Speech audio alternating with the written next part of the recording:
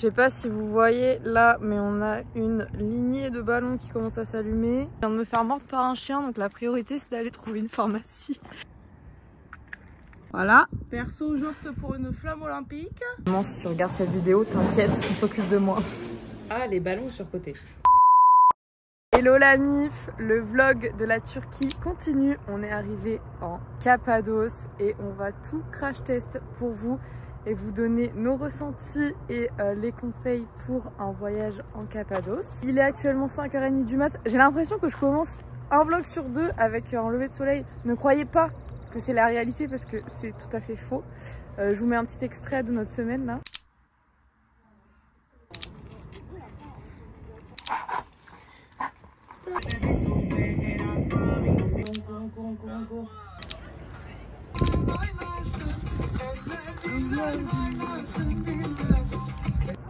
Donc vous voyez à quel point on n'a rien fait et on se repose en ce moment. Et là, on est actuellement sur le point de vue pour voir les ballons. Quel jour on est aujourd'hui? J'en ai aucune idée.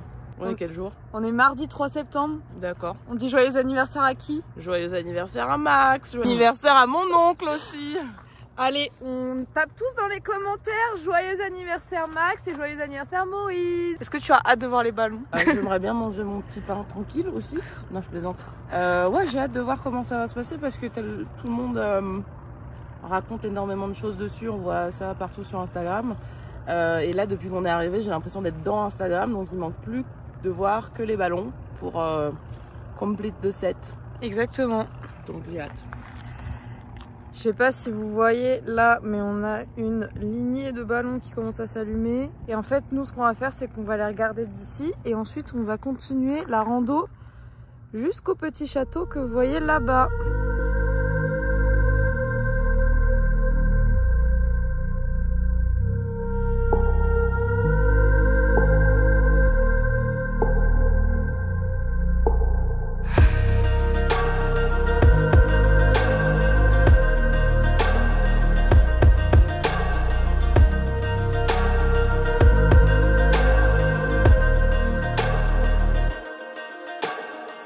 La vidéo prend une autre tournure. J'avais prévu de vous parler de trucs sympas, mais je viens de me faire mordre par un chien, donc la priorité c'est d'aller trouver une pharmacie.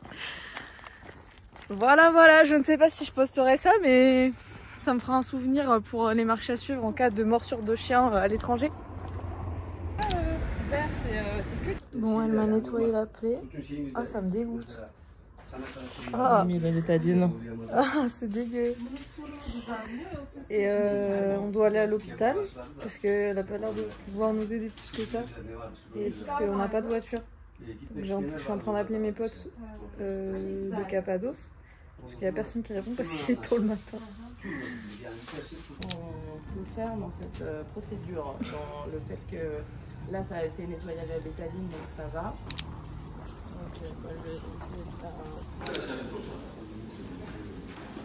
Maman, si tu regardes cette vidéo, t'inquiète, on s'occupe de moi. Les amis, je vous fais un petit update puisque Alexandra n'est plus en capacité. Est-ce que ça va, Alexandra? En vrai, ça va, mais juste émotionnellement et psychiquement, là, je suis à bout. Ça fait beaucoup, ça fait beaucoup. On a fait 3 piqûres en l'espace de 30 minutes, je précise. L'anesthésie, le vaccin et là, la perfusion. C'est trop pour moi, c'est trop. Ouais. Ils lui ont anesthésié parce qu'en fait le sang avait coagulé et il y a du sang qui était resté à l'intérieur de la plaie, enfin du coup sous la peau.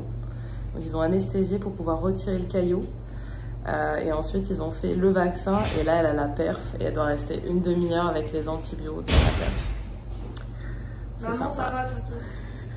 Véro, on est là. Bon la nuit, ça y est, je suis rentrée à l'hôtel, tout va bien en vrai pour l'instant, j'ai été bien pris en charge. En gros ils m'ont fait une anesthésie locale parce qu'ils appuyaient sur ma cuisse pour faire sortir le sang qui était à l'intérieur de la blessure. Et comme j'avais trop mal quand il m'a appuyé dessus, bah, il m'a fait une anesthésie. Et ensuite il m'a fait la première dose du vaccin contre la rage. J'ai encore 3 doses à faire. C'était rapide, il y avait une traductrice qui était là tout du long, mais vraiment à un moment donné j'ai eu un mental breakdown. Quand il m'a dit ouais faut faire un vaccin plus une injection via intraveineuse et tout, j'étais là genre c'est trop, enfin laissez-moi tranquille. Et je pense que c'est plus de peur que de mal, sachant que moi, j'ai pas cherché à toucher le chien, j'ai pas cherché à le caresser ni rien, je suis restée à genre 3 mètres de distance. C'est le chien qui est venu vers moi et en fait il y en avait 3 autres avec lui. Et comme j'ai l'habitude que certains chiens en rando me suivent, enfin, franchement c'est déjà arrivé au Monténégro, en Grèce, enfin même là en Turquie, rien n'est arrivé de grave. Et là en fait un des 3 qui était derrière a commencé à s'avancer vers moi, il a grogné et genre, dans la seconde d'après il m'a mordu.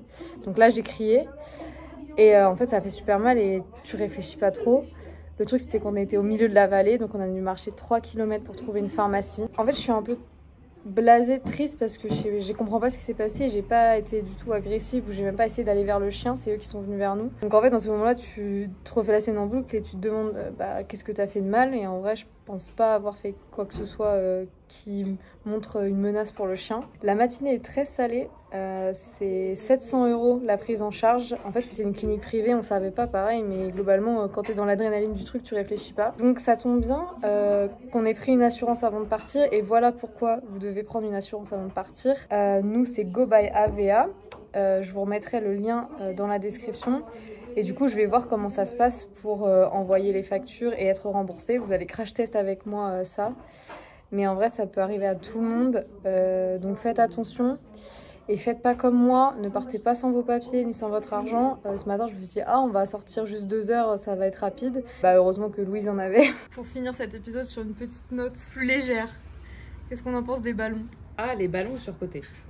100% surcoté. D'ailleurs, on a regardé les émissions de carbone. Les Turcs disent qu'il y a à peu près 300 ballons par jour, mais on va dire à peu près 200.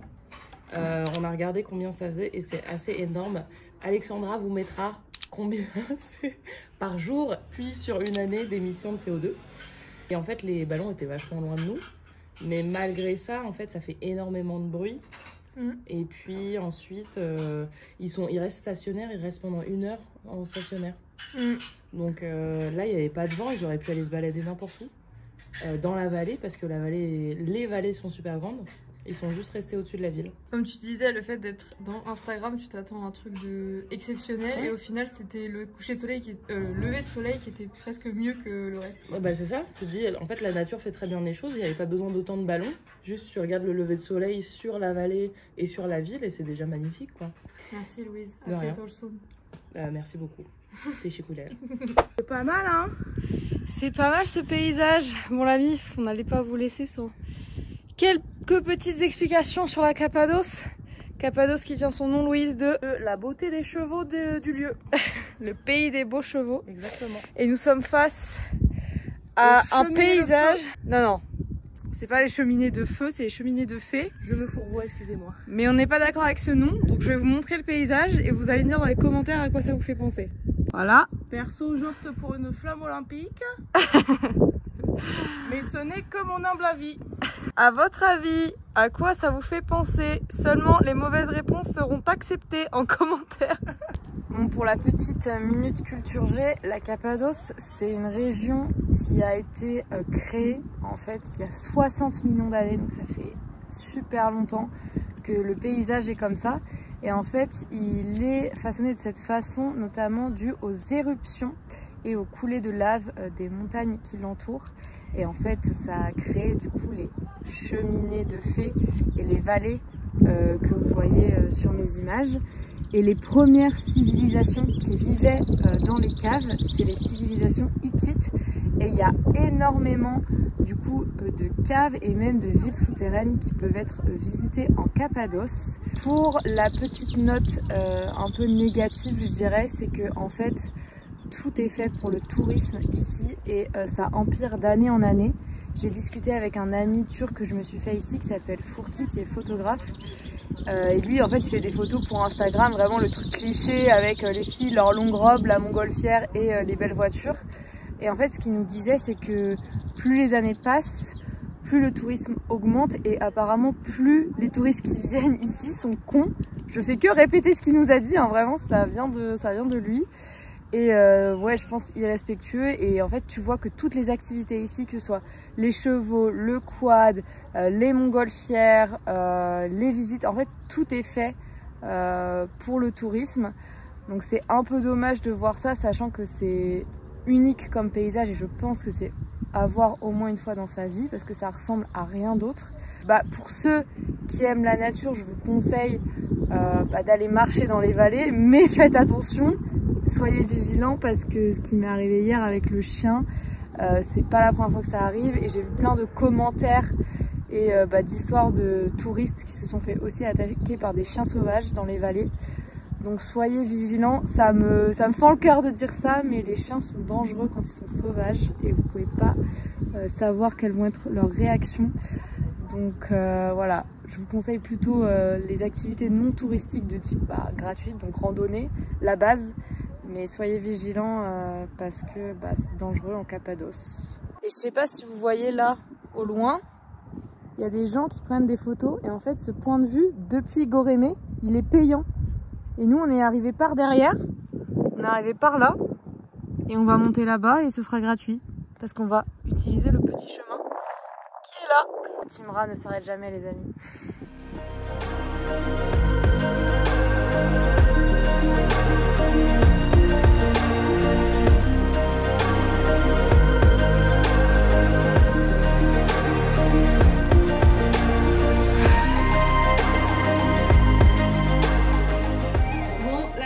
Ça y est, on est reparti.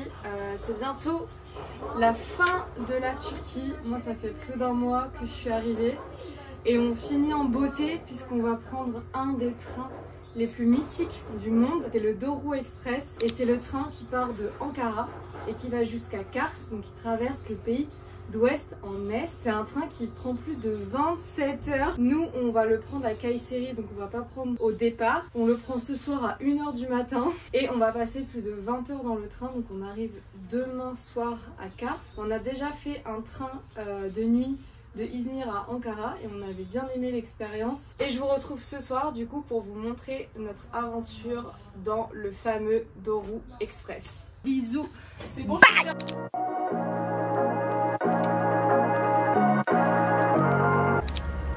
Ça fait quoi de prendre un train à 1 h du mat? Ça fait qu'on attend longtemps dans la gare. On ne sait pas comment occuper notre temps à part manger pour l'instant. Manger. Une gare tout à fait déserte. Est-ce que le sandwich est bon? Le sandwich est très bon, c'est du fait maison, c'est toujours bon. On va mangez vos légumes. Exactement. Eat your greens. 5 légumes par jour, on est à 1, je pense. Parce que le fromage, ça compte comme un légume. Ah là là.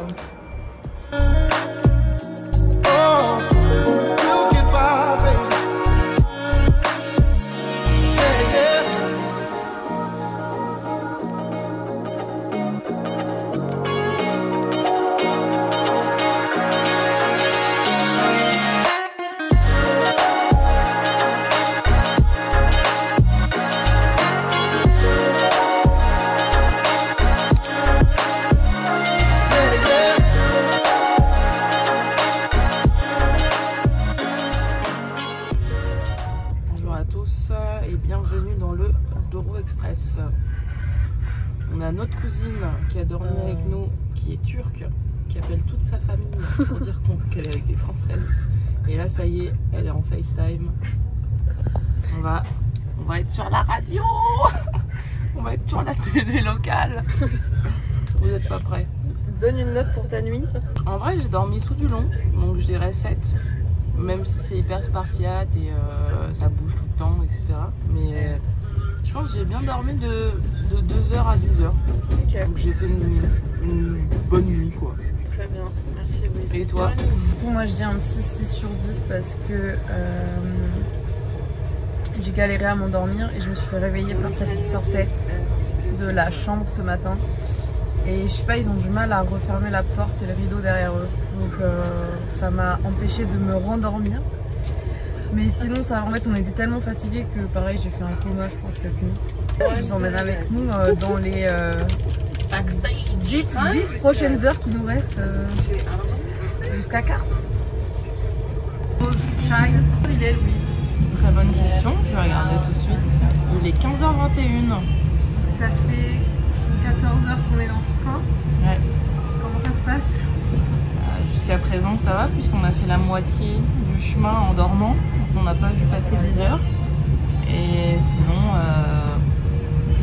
on regarde le paysage, on discute avec les voyageurs, les autres touristes qui sont avec nous. Et sinon ça va. Il nous met une petite musique d'ambiance, notre ami barman. Sinon ça va. Allez, on profite d'être dans un train en Turquie pour vous parler justement de transport et pour vous montrer à quel point c'est possible de voyager dans ce pays en ne prenant pas l'avion. Alors déjà, si vous voulez aller en vacances en Turquie depuis la France sans prendre l'avion, c'est possible. Ça va vous prendre 3 jours, mais ce ne sera pas du tout une perte de temps puisque vous allez traverser des super villes européennes. Donc, depuis Paris, vous pouvez prendre le Paris-Vienne, c'est un train de nuit. Ensuite, vous pouvez faire Vienne-Bucarest.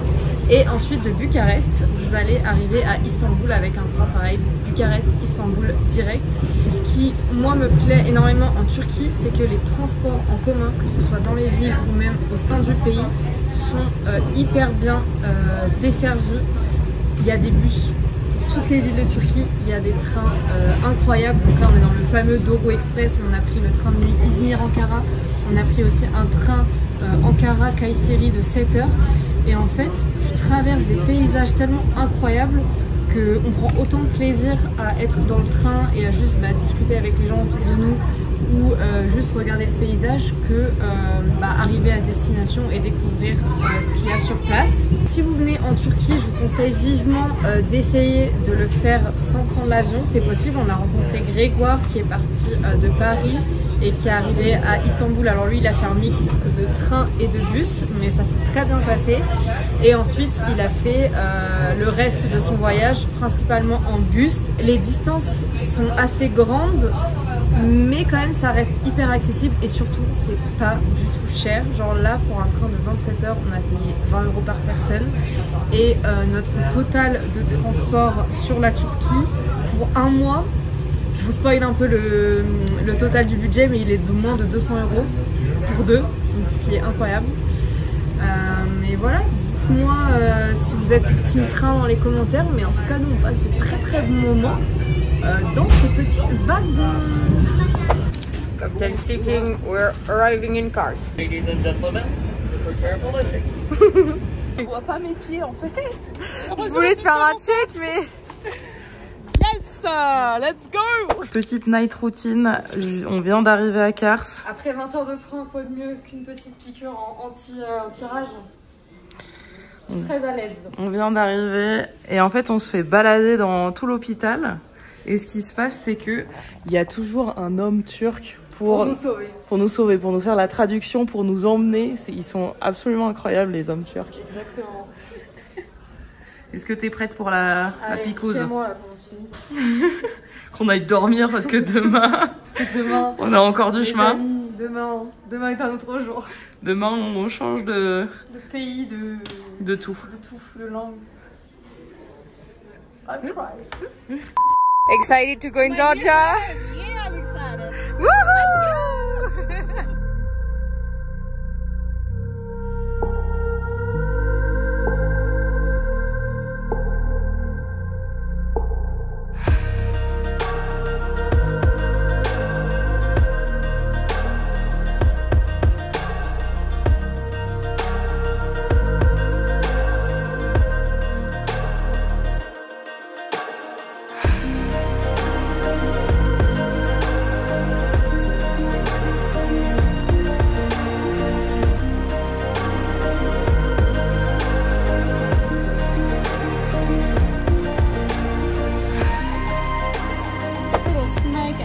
How was the trip to the border? Yeah, is it?